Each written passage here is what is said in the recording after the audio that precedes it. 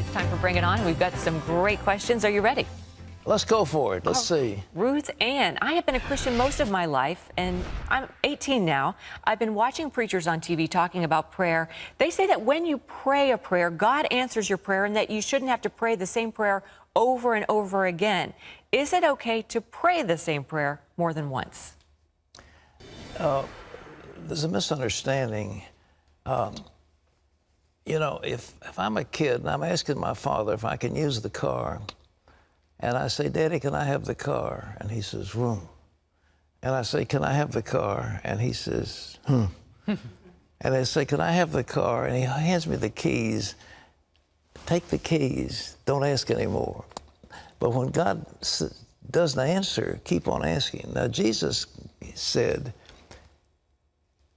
keep on asking. It's the Greek present tense. Keep on asking, you're going to receive. Keep on knocking, the door will be open, you know? Keep on knocking. Keep on asking. Keep on seeking, you're going to find. Present tense, keep on doing, continuous answering. He talked about importunate prayer, about the widow that kept coming back and forth to that judge over and over and over again until he finally got her answer. And that's what the Bible teaches. When these people say, well, you pray the prayer one time, bang, that's it, don't ask anymore, it'll be unbelief. That's not biblical. All right. It's like the law of perseverance. Exactly. You keep on persevering. Okay, great. Well, a viewer writes, on June 18th, the question was asked in regards to the afterlife. I don't remember exactly what was asked, but you answered, when we die, our spirit goes to be with the Lord. I'm confused because I've heard others say both your soul and your spirit go to be with the Lord. If you're right, what happens with my soul? Can you tell me where in the Bible I can find the answer? All right. Go back in Genesis. God breathed on the dust of the earth. Now, the dust is like the body. The breath is wind, pneuma, spirit. And the spirit came together, and man became a nephesh, a living soul. Now, the soul is that self, but the spirit is what takes of God and goes on forever. When your spirit leaves your body, in a sense, that soul doesn't exist any longer because it's now separated from the flesh. So the spirit is what goes on, and when you're with the Lord, it's your spirit that is with the Lord.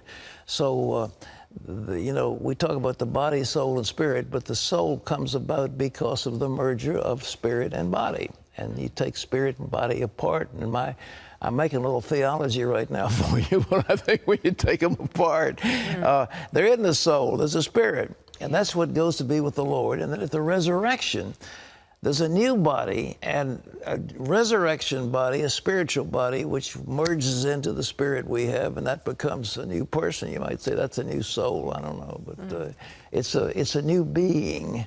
But I might say also, the word in Greek, I mean, all these words I'm not trying to show off, but the word for soul is psyche, from which we get psychology, and the Bible never tells us to stir up our psyche, our soulish power. We have soulish power, but we're always told to spur the spirit, not the soulish. All right. Next. Okay. Barbara says, I'm 62 years old. I live by myself. I live on $2,000 a month retirement. I lost all of my assets in the real estate crash in 2006 and filed bankruptcy.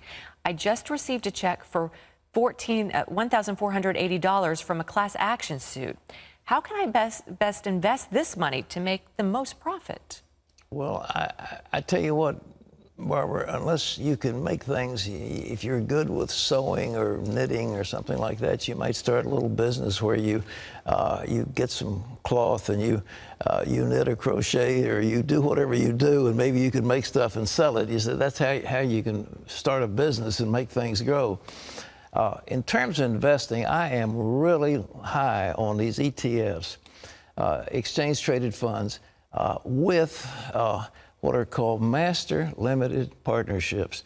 These things don't pay taxes. They throw out a huge stream of income on essentially guaranteed basis because they're processing gas and oil and so forth. And you can pretty much get 6%, 7%, 8%, 9%, and even 10% or more. And that's what I recommend. So if you can ask a broker, I want to find out about master limited partnerships and the goods, or the ones that are materially sound. And out of your, well, you could get, say, $80 a year. That's about all your $1,400 is going to get you. But hey, that's better than nothing. All right. All right.